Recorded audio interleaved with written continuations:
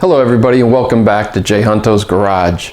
Today I'm going to show you at least 5 things that'll help keep your project on track. Look out!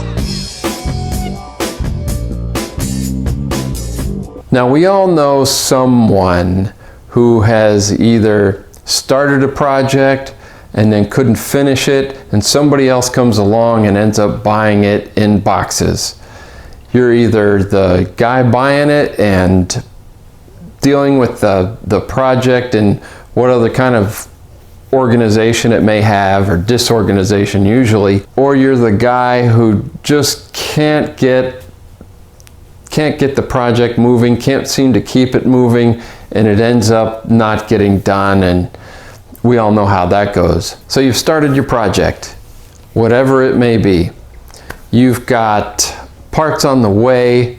There are parts in various stages of disassembly. You've got some sort of a plan, and your next thing is, what do I do in the gaps of time in between when parts are arriving, or when things are at the machine shop, or when your car's at the paint shop? Whatever the situation may be, these are some things that will help keep your project moving, help you feel like you're making progress, and make things a lot easier during the build.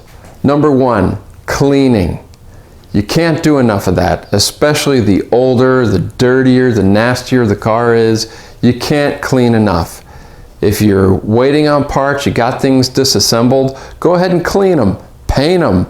It'll look so much better when you get everything back together and you can really look at it and say, yeah, that looks really nice. It's nothing worse than having a nice shiny new engine. Everything looks painted, pristine, and you put old nasty accessories on the front of it, or your suspension underneath it, everything around it is just blah. So it makes for a better, more complete project if you spend some time cleaning, removing grime, and painting things so they don't have to be show car quality, but it'll look a whole lot nicer and make you feel a lot better about your work that you've done. Number 2, inspection. While you've got things out, you got things at the machine shop, you have things at, say you're doing suspension, you're getting bushings and your lower control arms, your upper control arms switched out, ball joints replaced, whatever. You got things out for powder coating. That's a good time to just inspect everything that you possibly can.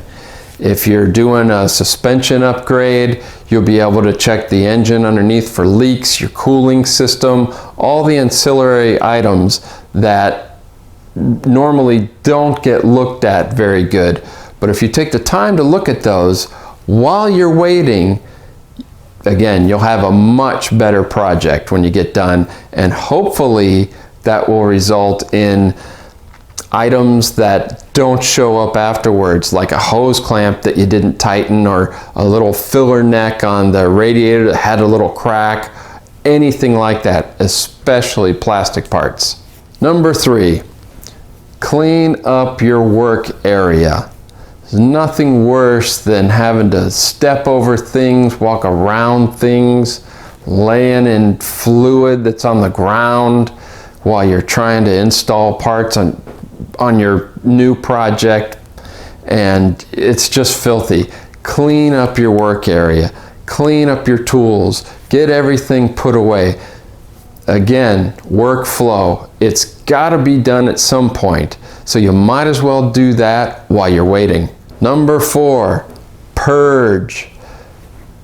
If you've got a car that you're working on and you're doing some sort of swap, and you've got parts you've taken off your car, parts you've got from another car, a donor vehicle, or you have donor parts, whatever, that's a great time to purge those parts you're not going to need.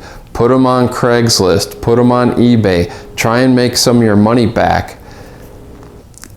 That's never a bad thing, and it makes more room in your work area. Number 5, reevaluate your plan.